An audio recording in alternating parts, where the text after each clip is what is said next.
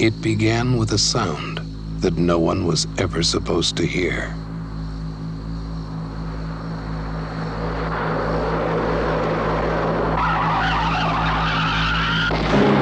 He's the one who saw it? Yes, he says he pulled a girl out of the car. I would like you to forget about her. Okay, hello and welcome. And I know I have a tendency to say this every show, but I am super excited about this show as well because it's a long time coming. So before we get too deep into things, I'd like to welcome to the show Shon Wheeler, who is a friend, fellow podcaster, and owner of Sacre Flair Records. Shon, welcome to the show.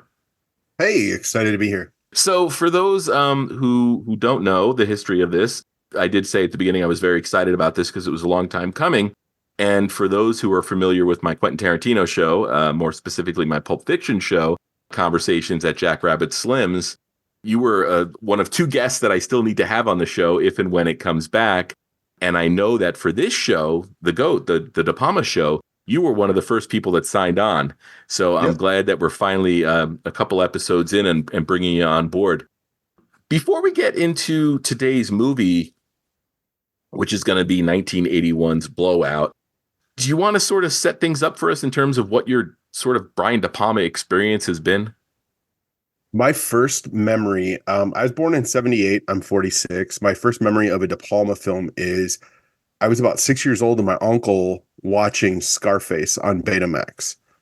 And I remember just like, I'd never watched adults watch a movie that were like, they were yelling stuff at the screen the whole time. And he knew like every line in the movie and everything. And I remember the chainsaw scene. And then there's a few other things in there too that like I vaguely remember, but that's my first one where it's like, I almost viewed it like a horror movie. Mm-hmm. And then I think the first one that I ever saw was that I actually went and saw, I think I had a friend's house, was The Untouchables. And then shortly after that, I saw Carrie, obviously, which I'd already read the book, being a Stephen King fan and everything. And then like Pulp Fiction came out and I was working in a video store and just went nuts on Pulp Fiction, Reservoir Dogs, True Romance, all of that. And was reading all the stuff coming in and ended up going and finding Blowout because he kept talking about Travolta's amazing performance that led to him going, you need to cast Travolta in Pulp Fiction because they didn't want him. Yeah. Because he was doing these $200 million Look Who's Talking movies at the time. I mean, who would want to hire him? You know? Yeah. Mm-hmm. So, yeah. And I was a huge fan of your podcast. I was driving a forklift around for 12 hours a night. I think I listened to everything in your podcast over 2 nights. And then that led me to Scott. Now I'm really good friends with Scott and I co-host with Scott. And I've said this before. That's like my biggest takeaway from podcasting is the connections you make and the people you make. And I have international friends now. I have people around the globe that I can say are my friends, and hopefully I get to meet in person one day. But yeah, I do want to sort of talk about the connection between this film specifically and Tarantino, because I think in a roundabout way, my exposure to De Palma definitely, I mean, I was always aware of him. You know, I knew the name. He was a brand name filmmaker like Spielberg or George Lucas or Robert Zemeckis or whoever you want to say. Yeah. But yeah, I mean, I think it was Tarantino sort of singing his praises and then especially pointing out that, like, you know, Travolta had a lot of tools in his tool belt, if you will. And without Blowout, Travolta would not have been in Pulp Fiction. I don't think so either. And he, like, you see a lot of stuff that Tarantino does that you see De Palma did too, like in Blowout. We're going to talk about the Blowout scene, and it looks, and then you were just talking with Scott about Snake Eyes and the whole intro to Snake Eyes. It almost feels like in Blowout, he was practicing to get to do the scene in Snake Eyes, where if you watch Reservoir Dogs, the breakfast scene, he goes and does it in Death Proof in one shot. And it's like, he didn't have the confidence back then to do it. And then he did it in one shot. But then you watch, you know, these two movies, and I guarantee if he could have done all of that in one shot where he just pulls out from everything, he would have. Yeah. But I don't think he knew how or had the confidence to do it at that point, even though he had, what was this, like his, you know, like 13th film. Yeah. Yeah. So like even after 13 films, and then he gets to Snake Eyes, and it's like, you know, fuck this. I'm going to do, you know, a full 14, 15-minute intro with, what is there, 3 cuts in there that are Yeah. you'd miss if you're not paying attention. So Yeah. And that's another thing that I like about it. And yeah, I don't think there's anything wrong with a director taking a stab at attempting something that they've done before with the intention of saying, I'm going to get it right this time. Oh, and he perfects it. So yeah, like I said, this is his 13th film, came out in 1981. It was sandwiched between Dress to Kill and Scarface. So that's quite a 3-film run. So for those who don't know, Blowout is kind of like De Palma's take on sort of the, I guess for lack of a better word, like the thriller conspiracy craze that was kind of big in the 70s. Yeah. Almost like the Zapruder film a little bit added in there with the, was it Chappaquiddick? Is that how you say it? Yeah. You got all that. But you also have a lot of slasher elements in this. There's some of that. There's even some co-ed comedy stuff sprinkled in here and there. That there's so much stuff in this pack. Like the first time I saw it, I ordered it into the video store I was working at, and I watched it 3 times that day. Where like, because people kept coming in, and I'm like, "What are you watching?" And it's like, this is a great movie. And then like I think I went 15 years without seeing it. I got like the new Criterion 4K, which is just gorgeous, and watched that a bunch of times over the last like year since I got the 4K, because it's such a good movie that anytime. So yeah, it's one of 3 De Palma films that are part of the Criterion collection. The others being Sisters and Dress to Kill. Yeah, which I love him because he always gets bunched in with that, you know, the Brat Pack and everything, and he's such the edgier filmmaker that he's going to places that the other ones wouldn't dare to go. Other than Scorsese, like Taxi Driver is the closest thing that you're going to get to a De Palma film from the rest of them, pretty much. There's a few things sprinkled in, but he's so methodical. It's almost like he's got like autism or something, the way he hyper focuses on stuff. Yeah, so. And I've said it before. The other thing I really admire about De Palma as a filmmaker is he's not afraid to get down and in the gutter, if you will. Oh no, get a little dirty, get a little sleazy, but still maintain that sort of art house aesthetic. Where you said, a lot of his contemporaries wouldn't do that. Like Francis Ford Coppola surely wouldn't do that. No, and like I was so excited because that Tarantino thing, the movie critic, I thought it was going to be like a De Palma thriller. Is what I was thinking. It was going to be something like that. And then, you know, obviously it's canceled. I mean, we keep going back to Tarantino, but like it all ties together. Yeah. So I think before we jump in the scene, maybe just a little bit of your overall thoughts on the movie, aside from the fact that you said you're a big fan of it. But I mean, this features another really, really interesting performance from Nancy Allen. Yeah. Who we talked about previously on the Carrie episode. And like those 2 performances are about as far apart as you can get. Well, and I'd never watched these back in the day. Like the movies with her in it. Like I knew her from RoboCop and Murphy. She's kind of hidden in out of sight, or if you kind of blink, you don't even notice it's her. But going back and revisiting these movies, like I told you before we started, like I'm not the world's biggest De Palma fan. There's a lot of these films that I really like and respect, but it's not something I put on a lot. This movie is. I'm one of the few people out there that you're going to hear that, you know, is like, I loved Mission to Mars. And I'll be, whenever you do Wise Guys, I'll be the guy that'll be like, I'll talk about Wise Guys because, you know. Yeah, it's funny. I do have a commitment for Wise Guys, but the great thing about this show is we do multiple scenes. So I'm sure we'll pick a scene to do from that. I love that movie. My dad has a very unique laugh. And I remember the first time he brought that home and I watched it with him because Captain Lou Albano was in it and I was a wrestling fan in the 80s. Yeah. And he steals that whole movie. He's so good. I watched that within the last couple of weeks. There's a page on YouTube called the De Palma Archives, and it's not very active, but what they've basically done is they've uploaded, and nobody's given them a hard time about this, they've uploaded De Palma films that aren't available like commercially through any like legitimate studio. So they have a nice widescreen print of Wise Guys. They've got a lot of the early 70s comedies he did, like Get to Know Your Rabbit and things like that, the De Niro stuff, some of which I haven't even sat down to watch yet. Yeah. I haven't seen any of those either. Yeah, but really, really interesting. So, yes, Nancy Allen. We've also got John Lithgow, and then we've also got just the amazing Dennis Franz. Oh, yeah. I think most of us know him from NYPD Blue. But man, when I started watching a lot of films from the early 80s, he pops up in that Psycho sequel. There's something about him that he has a little bit of sleaziness to his look, but he's a very eloquent actor. And yet Yeah. he's got that New York. There's the scene in Blowout here where he does the TV. He's doing the interview on the news about giving over the photos, and he's Yeah. like, "Yeah, so about they're testing these lenses, right?" Like he just is so confident what he's saying, but he looks like a sleazeball. Yeah.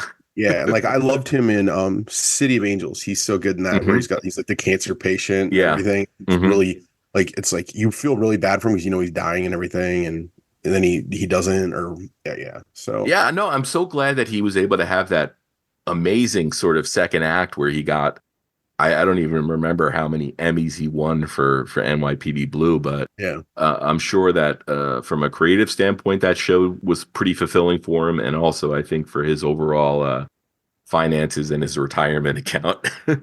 Yeah, because in this movie he's really just a sleaze bag. You can, you know, and Lithgow, like this movie, I saw this movie after I saw Harry and the Hendersons in it, like ruined Lithgow's character for me. Right? In that.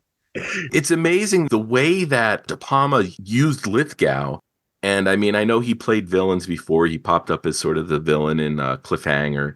Yep, but people had forgotten about that when Dexter came out because he's the Trinity killer on Dexter, Yeah. and people forgot about it. It's like, how can you have this guy do it? Like, go back and watch De Palma films. Like, he's sick as hell in all those movies. Yeah, it's remarkable. So the scene we're going to talk about is John Travolta plays a movie sound man, and he's pretty much working on low budget Z grade type films. My wheelhouse. Yeah. And the interesting thing about the setup for this scene is I think it's pretty funny that the need for new sound effects pretty much drives the entire narrative of this film. Like, if the director didn't give him a hard time about using the same sounds over and over and over again, he wouldn't have gone out to do some new field recordings. Yep. And of course, I can't not mention, which kind of pays off the whole movie, the terrible scream that was captured in the opening sequence of this film that needs to be replaced. Yeah. And I think it's I don't know if I'm intelligent enough to explain it properly, but the way that De Palma ties all that in, De Palma wrote this film as well, ties in the replacement scream that ends up getting used. I don't know. It just seems like he threaded a needle that was pretty intricate. And I always appreciate seeing how he gets there and how it psychologically impacts Travolta's character as well. Yep. Almost as much as the dead cop. Yeah. That, you know, like has affected him for years and led him down where he's working on B grade movies. And he used to have this really good job doing stuff with sound. And now he's not. He's kind of a shell of what he was.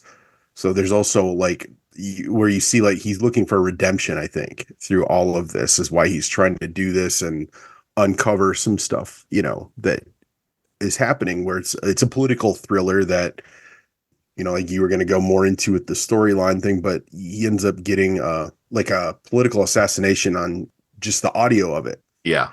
And he's standing on this bridge in the scene that we're talking about. Well, we talked about this two scenes kind of that piggyback each other, but he's just standing there and like recording sound with the weirdest looking mic I've ever seen. And he's just standing there and it's like, it goes from the rustling of the leaves and the movement in the water. And then he picks up a conversation of a couple. And then there's a frog and he's getting, and then, you know, all of a sudden he's picking up like this internal timer of a stoplight, like a timed one off to the side. And then all of a sudden he gets this owl and everything. And he's waving this microphone around. Yeah. Well, the greatest split diopter shot De Palma ever did is that owl.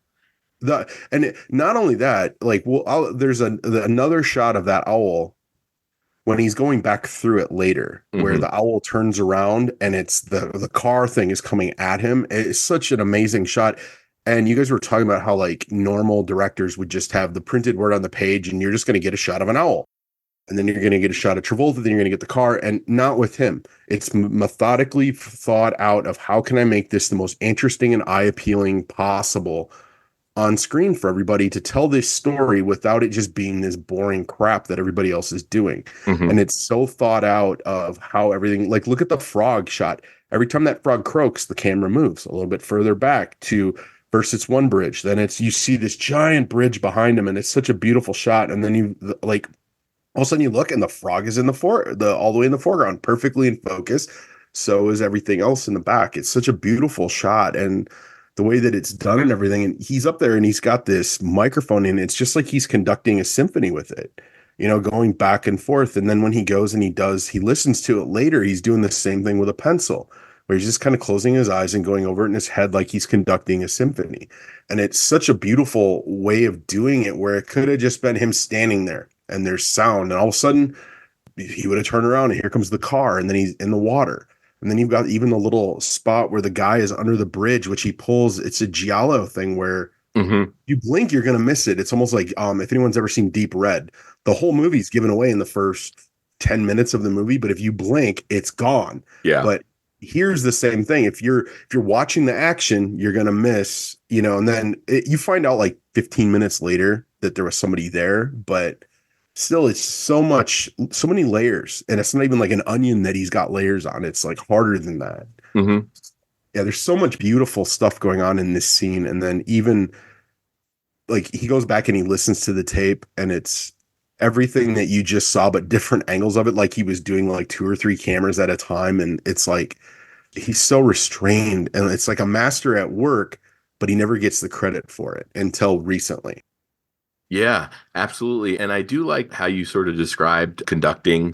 And I think, if anything, probably especially at the time, this movie introduced people to the idea of soundmen in Hollywood. And he kind of explains it to the Nancy Allen character. Yep. When you hear a door close or something, I put the door close in. I think it's in a really interesting sequence in the sense that, like you said, the way he captured it, the way we sort of follow the movements of the shotgun microphone, and we're seeing the internal process that Jack goes through to build sounds for his personal library.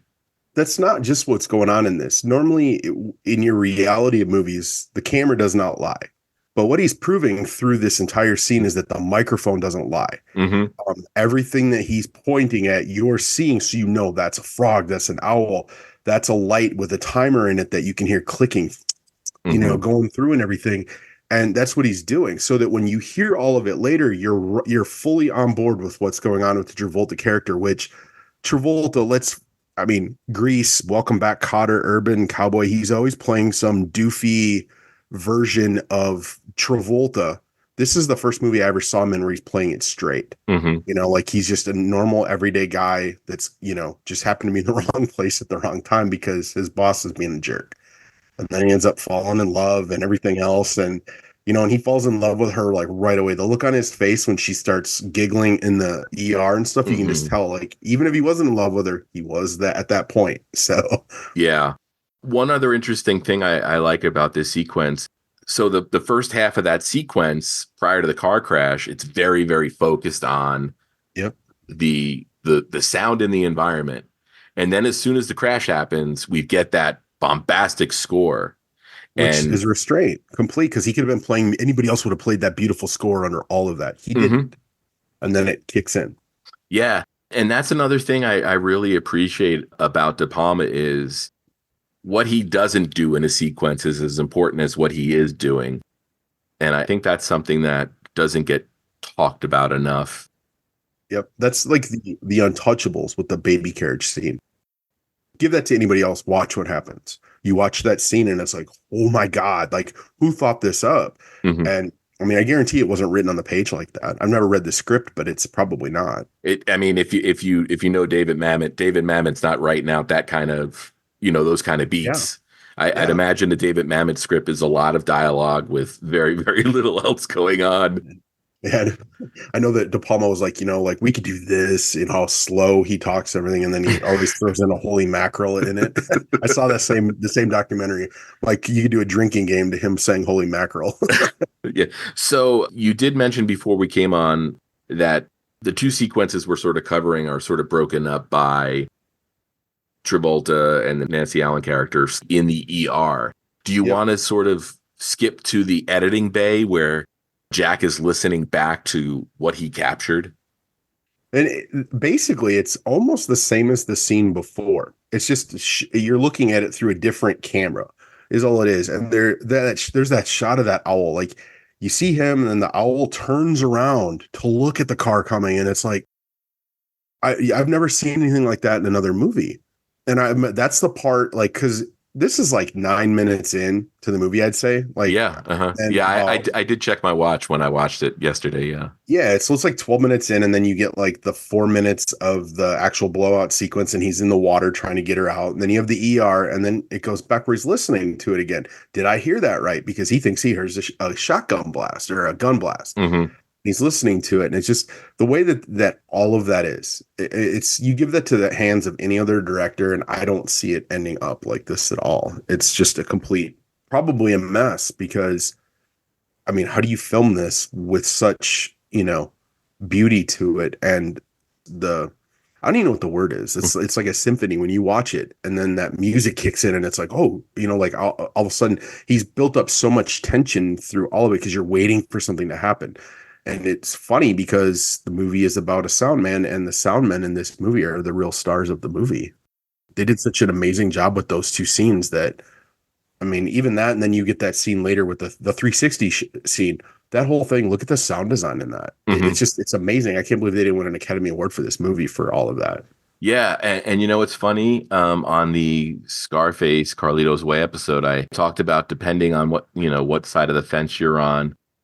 Blowout's definitely a masterpiece, and Carlito's Way is probably another masterpiece. But I think if you really start weighing the two against each other, this one was written by De Palma, which I had kind of forgotten about when we had when I had my discussion with Brian Sword.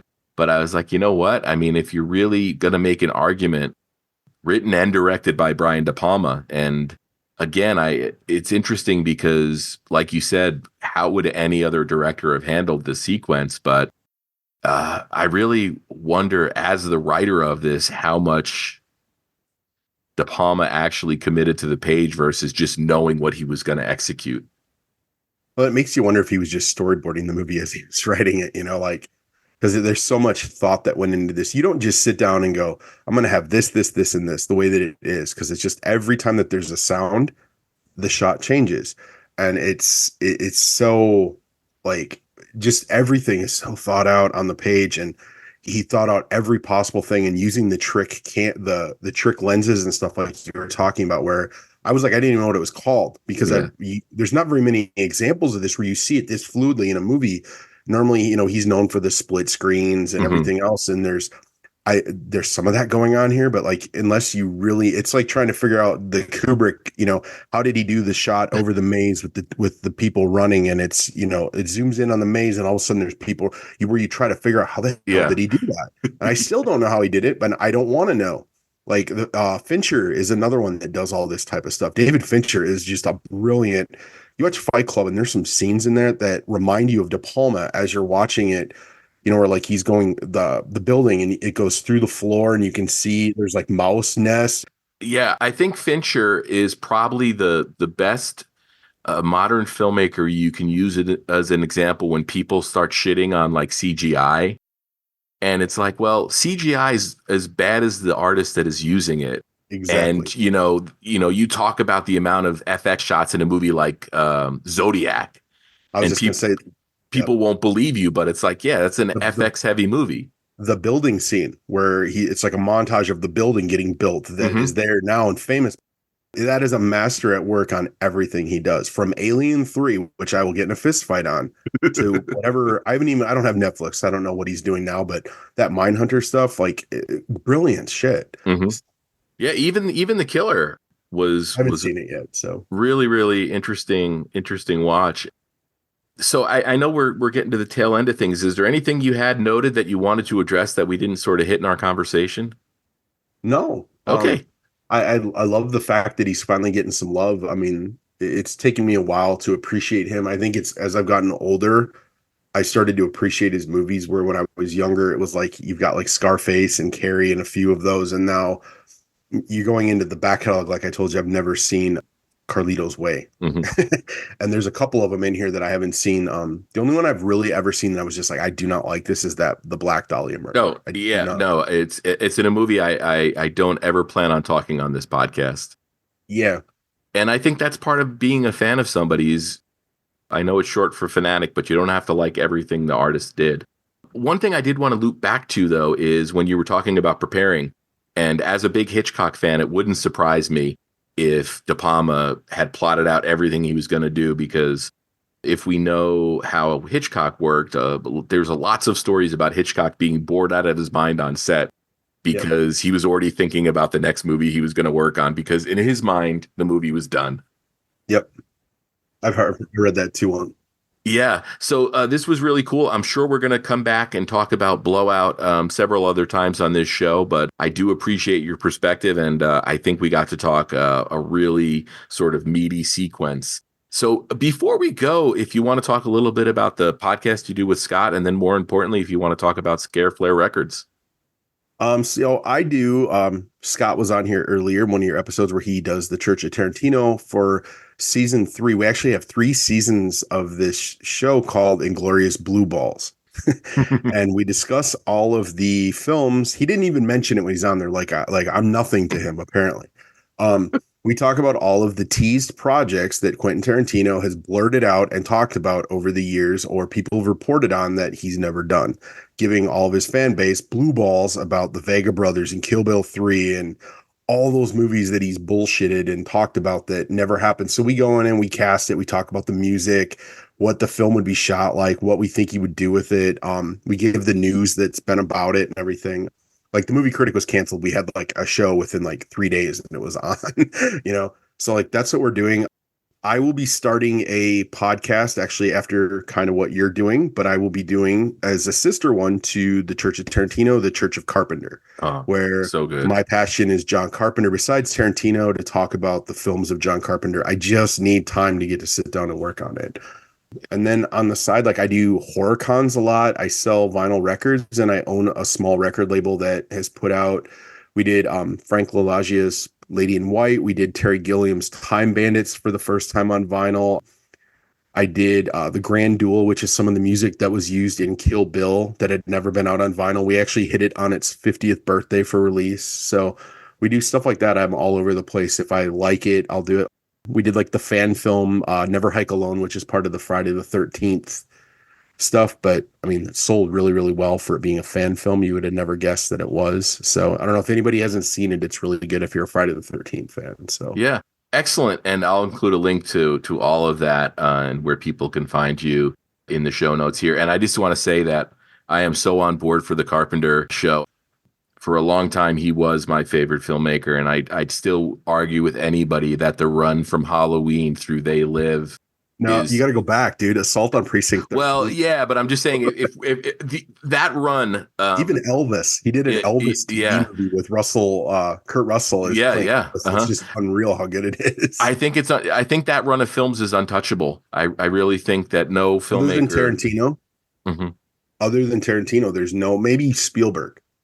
Because I mean, you can't really put Lucas into there, or Coppola had some real horrible movies, but yeah, like that's why I was attacking that one, because I love those movies so much. I've seen them so many times, and no one has got a podcast about it. I even had the guy that did the Texas Chainsaw Massacre, The Shocking Truth vinyl release that I did. It's a documentary about Chainsaw Massacre. He did a John Carpenter theme song for me and everything for it. I just need time to sit down and record all this stuff. So like, I actually have like original theme music from a real film composer. Yeah. So like, I just need time, and that's something I don't have. So yeah, well, I will volunteer myself. And I say this to anybody that wants me as a guest. I am not afraid of any Carpenter movie.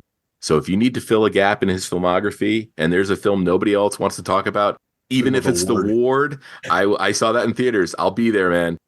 I'm hopefully going to do one a month, and then I picked his 12 best, and then season 2 will be the leftovers, and then maybe like I think I'm going to follow Scott to make fun of him, and I'm going to do like a whole season just on Halloween or something if I can get that far into it, just to be a smart ass. But oh, nice. Well, hopefully you find the time to do it. I think a lot of people that don't podcast don't entirely appreciate how much actual work goes into it.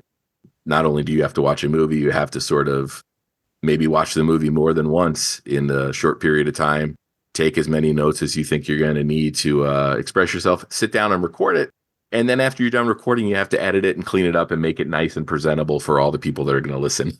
Well, and I suffer from, like, I got a little bit of autism. So, like, for this, I watched that scene, I think, 5 times. I'm not going to come unprepared. Like, yeah. So I'm overly meticulous as well. And yeah, this takes time and stuff. So and if anybody ever needs a guest to come and talk shit about movies, hit me up. So yeah, excellent. Well, I do appreciate all that prep work you did, because it makes my job easier. And I hope we can sit down and chat either Carpenter or even De Palma again at some point. So, Shon, thank you so much, and we'll talk again soon. Yep. Thank you.